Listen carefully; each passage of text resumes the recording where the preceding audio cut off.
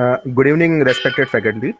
I am myself Dr. Pratik Purwal. I am presenting a case of a 64-year-old female Geeta who is retired government employee by occupation and belongs to lower socio-economic class, presented with chief complaints of the unable to move left side of the body since 4 months and wound over lower back since 3.5 months. The patient had suffered from stroke associated with the left side hemiplegia 4 months back, after which she was admitted to the intensive care unit of neuromedicine department at our institute. The patient is unable to stand or walk and bedridden since then. Patient's relative has noticed skin peeling 2 weeks after the admission over the lower back, which gradually increased in size and developed into discharging open wound of present size. Wound is present dressed daily once in the morning, and there is improvement in her symptoms of the lower limb weakness and sensation since last 1 month. The patient does not have any bladder and bowel incontinence. She has been catheterized initially for a week for output monitoring and uses diapers after that. The patient is on regular physiotherapy. There is no history of tightness or restriction in the movement of any joint, which is spasticity, and there is no history of development of any joint deformity. There is no history of cough and fever at present, and there is no history of convulsion. The treatment history: the patient has managed conservatively by the neuromedicine department, and patient is being taken care by the physiotherapist and her relatives for the general care. The past history: the history of patient is having history of hypertension for the last 10 years and history of diabetes for the last 8 years, for which she was taking oral medications. There is no history of smoking, alcoholism, asthma, allergy, and tuberculosis. There is no history of any surgery for the same.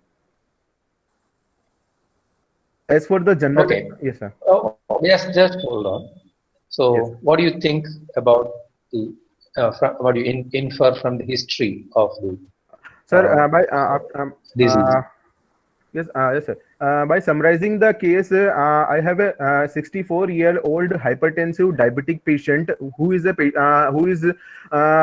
suffering from the stroke for the last 4 months and developed the pressures the developed the sacral sore for the last 3.5 months, which is on who is on regular dressing for that for the disease. Why did the patient develop? The patient, yes, sir. Why did this patient develop a pressure ulcer in the sacral region? What is the cause? Yes, sir. There are intrinsic and extrinsic factors which are responsible for the development of the sacral sore. For the intrinsic factors, the most important is the pressure, which can be the prolonged pressure for a prolonged low pressure for a okay, number one, pressure. Okay, yes, sir. then what are the other things? Pressure. The other things in the extrinsic factors are the friction, which is a force which is responsible for the resistance between movement of the two surfaces, and the other thing is the shear force. Yes, sir. Yeah. The friction is the physical force between the skin and the surface and the external surface. It may be, yeah. Yes, what about shear?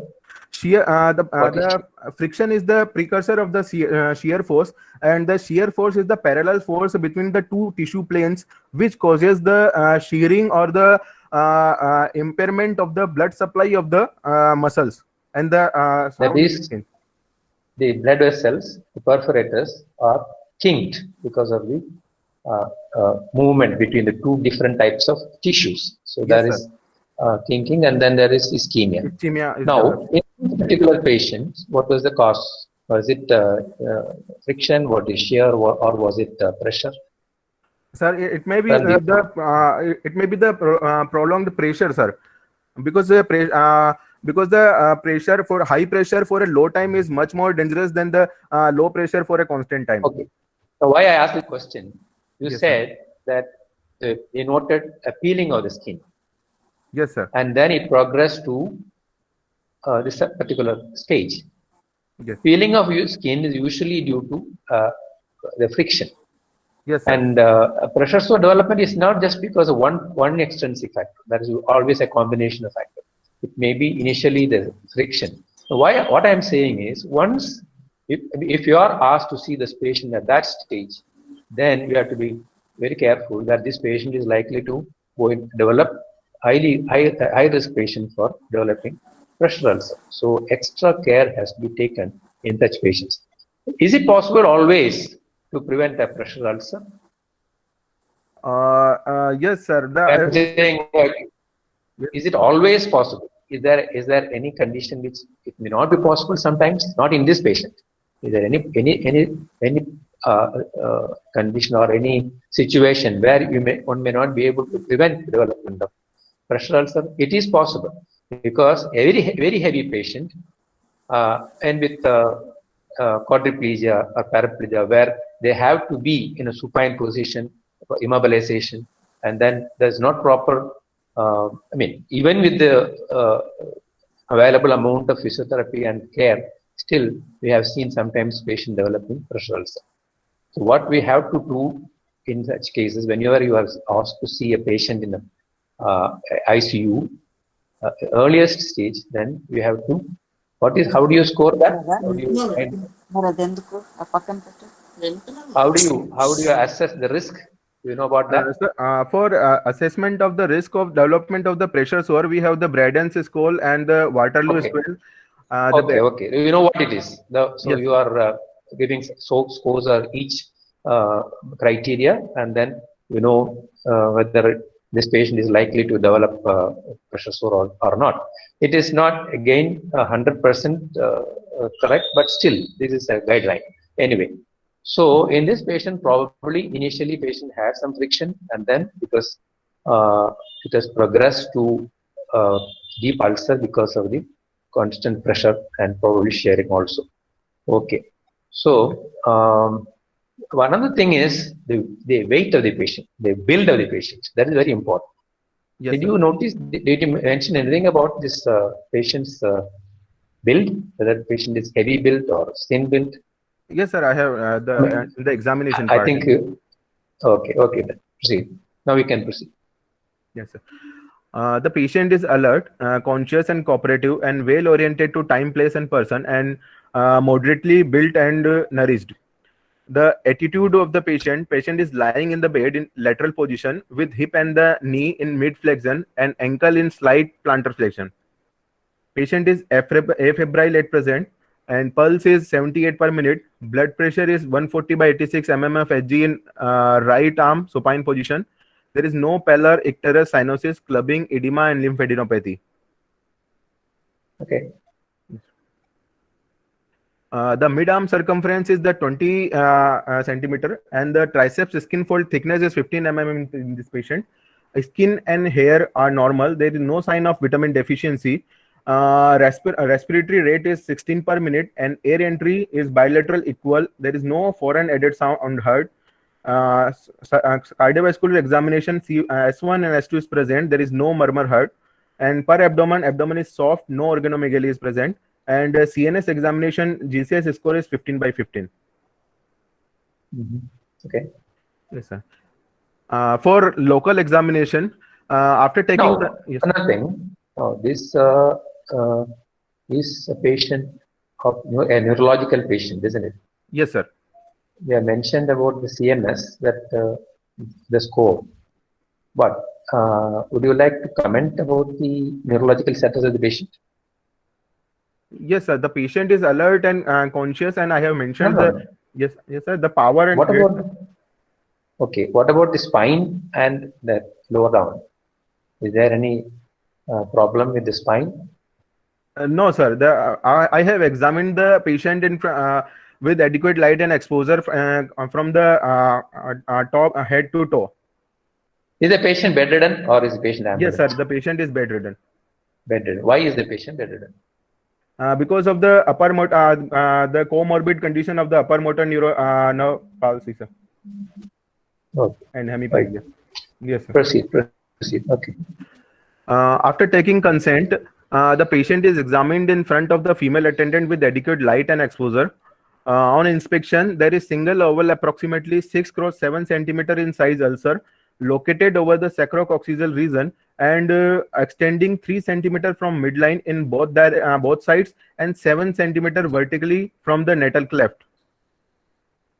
The margins of the ulcer are irregular, edges are undermined, and floor having unhealthy granulation tissue, and minimal seropurulent discharge is present, and no active bleeding and no redness in surrounding skin. Okay. There is no surrounding edema. What else? What else you would like to see in the surrounding skin? Surrounding skin, the signs of the secondary healing in circumscribed area is present, and any more than that, pus discharging sinus or the pockets. Okay. Okay. What is much more important than that for you when you are planning any surgery? For planning any surgery, I will have to I have a good healthy local tissue, and the surrounding tissue should be there, sir. Yeah. So what you will look for? Any scars? Any scars? Yes, not necessarily because of previous surgery. Not necessarily. Yes, it sir. may be something else. You are saying that patient did not have any surgery before for this, but it may be for something else. So it may be an infection which has produced a deep scar or some other injury. So you have to look for any scars around the surrounding, especially if the patient has a previous treatment. Then you have to mention where the scar is, and that is also very important. So you have to mention here the surrounding skin is healthy without any type of scar. Yes, sir. Okay. Okay. Right. On palpation, no local warmth or tenderness.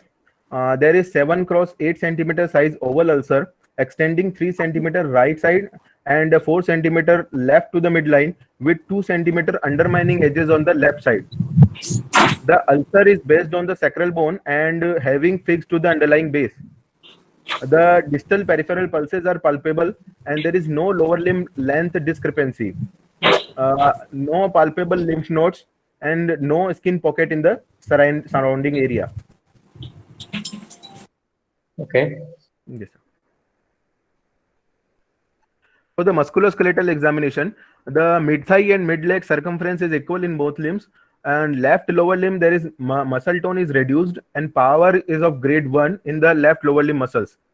On sensory examination, patient is showing signs of sensory recovery, so sensations to touch and pain is present and slightly reduced on the left side.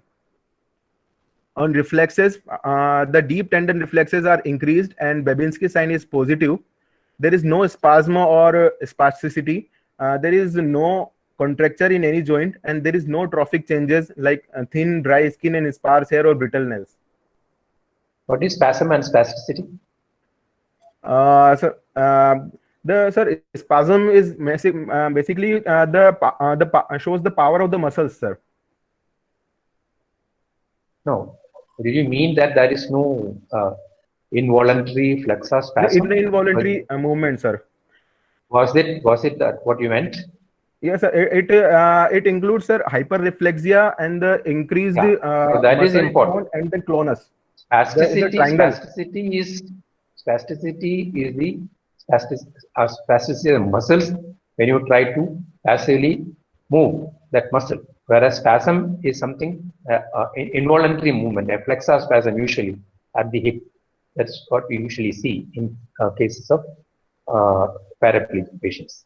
So that is a very bad sign, bad thing for the management of the pressure ulcers. Yes, sir. Okay. So there is no flexor spasm, there is no spasticity, no contracture. Okay. Yes, okay. Is the patient getting physiotherapy? Yes, sir. Patient on regular physiotherapy, sir. Okay. What is the improvement? Could you find out what improvement that has produced in the motor activity of the patient?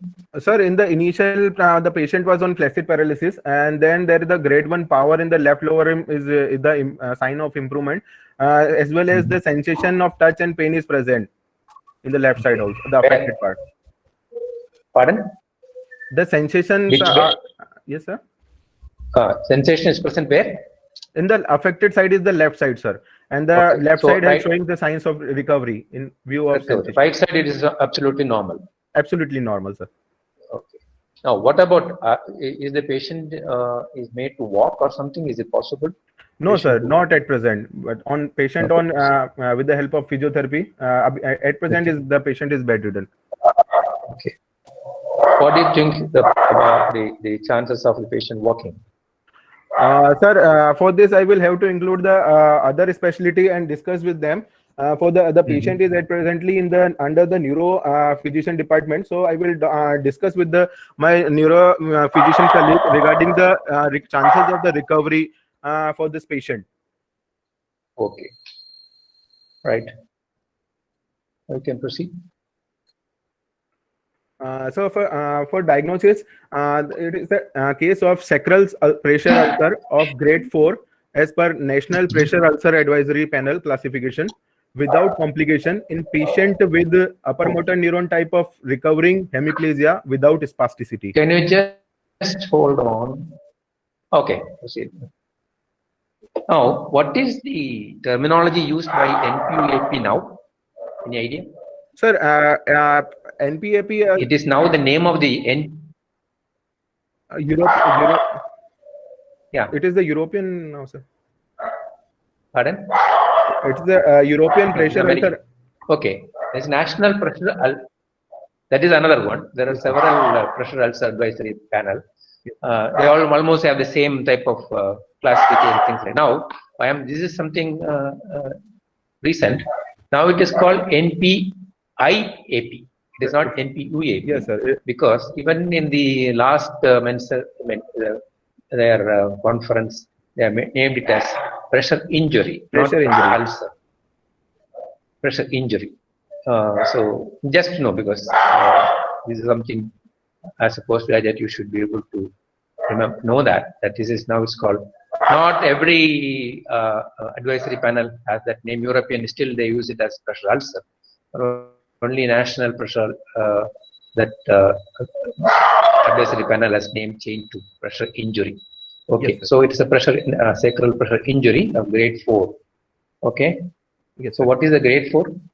Grade 4 is the exposed bone, and the ulcer has penetrated the deep fascia, sir, in the muscle or the what are the stages of the stages in national NPUAP classification? Okay. It is the stage 1 is the non-blanchable or the persistent redness is present. Stage 2 there is a partial thickness loss. And stage 3 is the full thickness loss. Partial thickness loss of what? Of the skin, sir. Skin, which includes the skin, yes. Sir. And in stage 3, there is the full thickness loss of the skin. And stage 4, there is the exposed muscle and the bone. And there is the unstable anything deep to the anything deep to the deep fascia. Deep fascia. Yes. Sir. Okay. Okay. Then any other types in this or any other stages? There is an unstageable stage, which includes the pinpoint skin hole with a large area involved underneath. No. What is unstageable? Unstable in the unstageable. Unstageable. Yes. Sir. Why is it unstageable? Because we can't predict the severity or the severity of the extent of the disease, sir. In this case. Why? You are not able to see because the skin part is intact with the with maybe intact or with a small hole is present over there.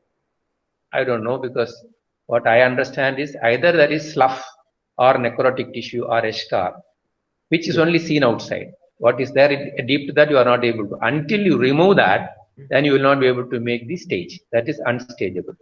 Then one more is there. What is the other one? No idea, sir. Huh? Deep tissue injury? Deep tissue injury. Deep tissue injury, yes, sir. Yeah, that is actually where you get sort of in a fair skin people, you get maroon color discoloration with the blisters containing hemorrhagic fluid. This means there is the tissues deep to that are more damaged. This is what often happens in a prolonged pressure ulcer. So, which is that in a case of a prolonged pressure, which is the first tissue that is affected? which is the Sir, first tissue that, the muscle is usually considered to be affected first yeah, rather than that is skin. because that is close to the, that is close to the bone, and then Yes, sir. the superficial tissues are less and less, or they are involved little later. So that's why you get what is called an inverted cone, isn't it? Inverted What you cone. Yes. see, and the tip of the iceberg only you see on the outside. Quite often, patients will come and say, "Till yesterday it was everything intact. Today morning, I see pus coming out." And then when you, because there will be a small necrotic or a scar, because that is closing the whole thing. It's a big defect or damage inside. When that peels off, then there's pus pores, and then you find there's a big cavity inside. So that is one thing. Now, what is the peculiarity of this staging of pressure ulcer? Sir, it Now, when you say staging, yes, what sir. does it mean? Stage 1, 2, 3, 4. What does it mean? So it What? shows the pattern of injury, like in, No, when you say a stage of a cancer breast, what does it mean? It goes from stage 1 to no, stage 2, stage 2, stage 3, stage 2 to stage 4. Is yes, it sir. like that in pressure ulcers? Sir, No, it only not shows. exactly. Yes, Yeah, it doesn't necessarily do that, yes, sir. because type 1 is maybe entirely due to a friction injury, or type 1 and type 2 may be entirely due to a friction injury. It doesn't have anything. If it is corrected that way, it will be just cleared. But Yes, even without any friction injury, or without any first stage, the patient come as a fourth stage, because as I told, deep tissue injury, there will be a small scab, and then when you see the patient will be already in the stage 4. So this is something a misnomer as far as it's called stages. But this NPUAP, uh, they have differed from changing that terminology stage, but still it's called stage 1, 2, 3, 4. yes, Okay. sir. Yes, sir. Yes. So your diagnosis is stage 4 pressure ulcer. It is very obvious. Whole thing is open. Okay. So Yes, sir. For okay. So what? investigation part, yes, sir. Okay. For investigation part, wound evaluation with the help of swab culture sensitivity and bone biopsy and bone cultures, routine blood investigation like and ECG, chest X-ray, serum protein, serum transferrin, and HbA1c, and X-ray What are for these the for? What are HbA. these for? Serum protein, This is transferrin, to HbA1c. for the assessment of the nutritional status of the patient, Okay. and Protein, which is the one that is usually assessed for uh, serum for serum nutrition? serum protein, sir. Yeah. Or and which one is indicative? Which protein is Serum indicative for albumin, serum albumin, serum albumin or pre-albumin? That's supposed pre-albumin. to be, yeah. Okay. Yes, sir. Right. HbA1c because patient is a diabetic, right? Yes, sir. Okay. For Right. the MRI protocol, for long-standing pressure ulcers with suspected osteomyelitis in the X-ray, we go for the MRI. And MRI accuracy is 97%, as well as sensitivity of 98% and specificity of 89%. It helps to define the extent of the infection, which may help it limit the surgical resection. And MRI is superior to CT scan for detection of the osteomyelitis. Yes. Okay. MRI of bone infection, other areas, it's supposed to be very specific. But there are reports that MRI, there are a few reports that show the MRI is not so specific in case of a pressure ulcer, because there are a lot of other changes. But what is the, but still it gives a good um, um, Results, picture of yes. a picture of the extent of the disease of the bone. Yes, sir. And what is the thing that clinches the osteomyelitis apart from MRI? It is Anything the else? bone biopsy, sir. Bone biopsy. Yes. Yes, When sir. you do a Ibrahima, take a biopsy and send it for both biopsy as well as a culture. Yes, sir. And also the wound swab, the surface swab is often going to be a contamination. So it's better to do take tissue from the depth and send it for cultural sensitivity. Yes, sir.